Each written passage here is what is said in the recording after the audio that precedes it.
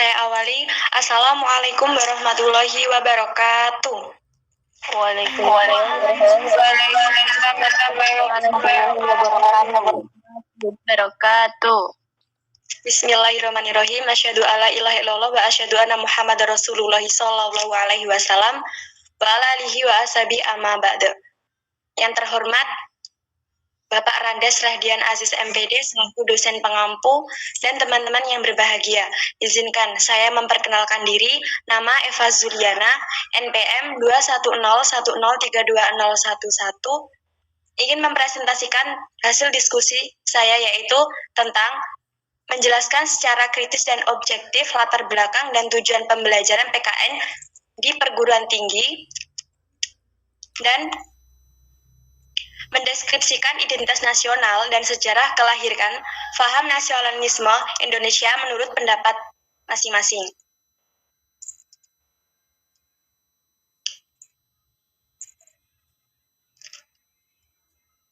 Latar belakang pembelajaran PKN di perguruan tinggi.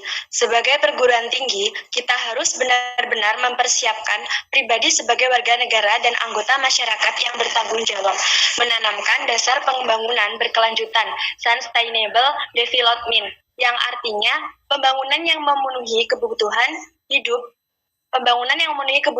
masa sekarang dengan mempertimbangkan pemenuhan kebutuhan hidup generasi mendatang.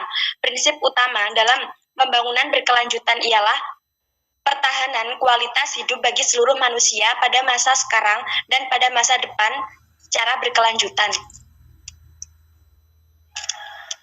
Tujuan pembelajaran PKN di perguruan tinggi. Pendidikan kewarganegaraan di Indonesia semestinya menjadi tanggung jawab semua pihak atau komponen bangsa, pemerintah, lembaga masyarakat, lembaga keagamaan, dan masyarakat industri.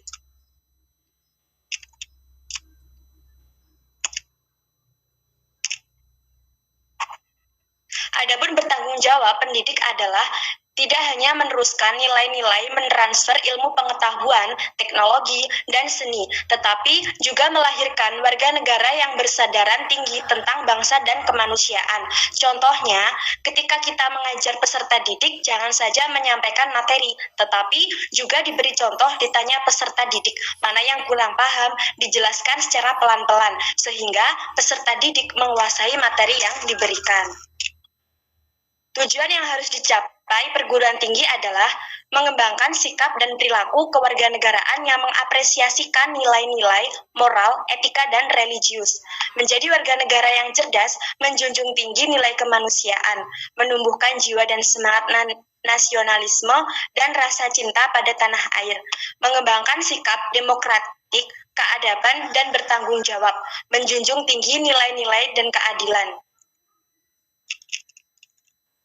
Mendeskripsikan identitas nasional dan sejarah kelahiran faham nasionalisme Indonesia menurut pendapat Anda masing-masing.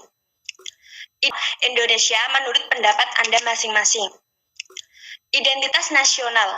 Menurut saya, identitas nasional dapat diartikan sebagai jati diri nasional atau kepribadian nasional. Tetapi ada juga yang mengatakan bahwa identitas nasional adalah suatu ciri yang dimiliki oleh suatu bangsa yang secara filosofis membedakan bangsa tersebut dengan bangsa lain. Bangsa Indonesia adalah bangsa agraris, yang artinya sebutan untuk negara yang memiliki mayoritas penduduk bekerja sebagai petani atau bekerja di sektor pertanian. Identitas nasional bersifat statis yang artinya tidak bergerak, tidak aktif, ataupun tidak berubah. Sedangkan bersifat dinamis adalah penuh gerakan, penuh semangat, mudah berubah sesuai dengan keadaan.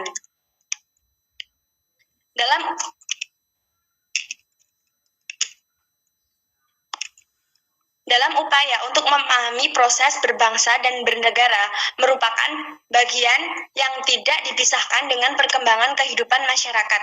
Rangkaian dasar proses berbangsa dan bernegara meliputi Pancasila, Undang-Undang 1945, wawasan Nusantara, dan ketahanan nasional.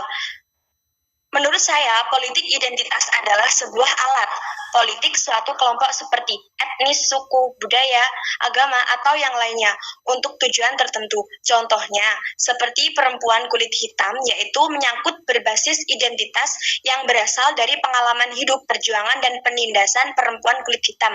Politik identitas Arab, kulit putih, pemilu di Indonesia.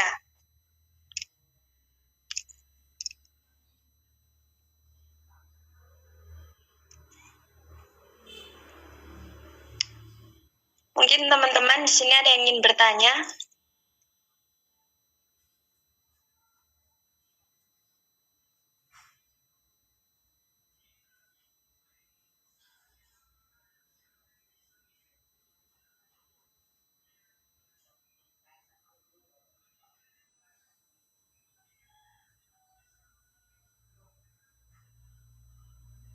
Izin.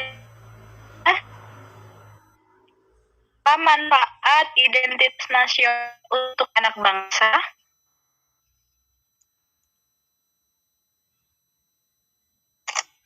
Pertanyaannya ini ya Mbak, apa manfaat identitas nasional bagi anak bangsa? Baik, di sini saya akan langsung menjawab. Identitas nasional digunakan sebagai merek atau pertanda gitu untuk mempersatukan keberagaman Indonesia tersebut. Nah, selain itu, hal ini juga digunakan untuk memperkenalkan akan Indonesia kepada bangsa lainnya. Dan kemudian dengan adanya identitas nasional, maka suatu bangsa itu akan menjadi berbeda dengan bangsa lainnya. Gitu Mbak Rusi, bagaimana?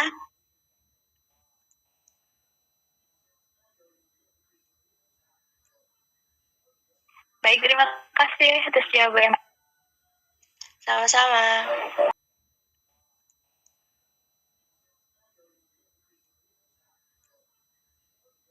Baik, terima kasih atas jawaban.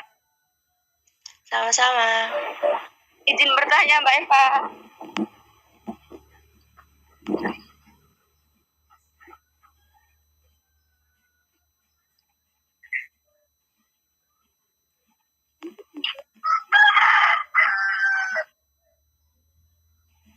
Apa yang bisa membedakan identitas bangsa Indonesia dengan negara lain? Baik Mbak, saya langsung jawab pertanyaannya. Apa yang bisa membedakan identitas bangsa Indonesia dengan bangsa lain? Jadi, identitas atau ciri khas yang dimiliki oleh bangsa Indonesia yang dapat membedakan bangsa Indonesia dengan bangsa lain, salah satunya itu adalah dasar negara Indonesia, yaitu apa? Berupa Pancasila. Nah, Pancasila merupakan cerminan dari kepribadian warga Indonesia. Dan kemudian juga Pancasila ini merupakan apa? Rumusan dan pedoman, patokan kehidupan berbangsa dan bernegara bagi seluruh rakyat Indonesia. Bagaimana Mbak Happy?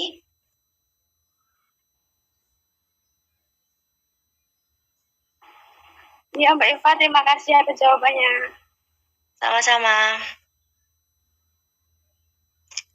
Mungkin cukup sekian presentasi dari saya. Apabila dari awal sampai akhir banyak kata-kata yang kurang pas, saya minta maaf yang sebesar-besarnya.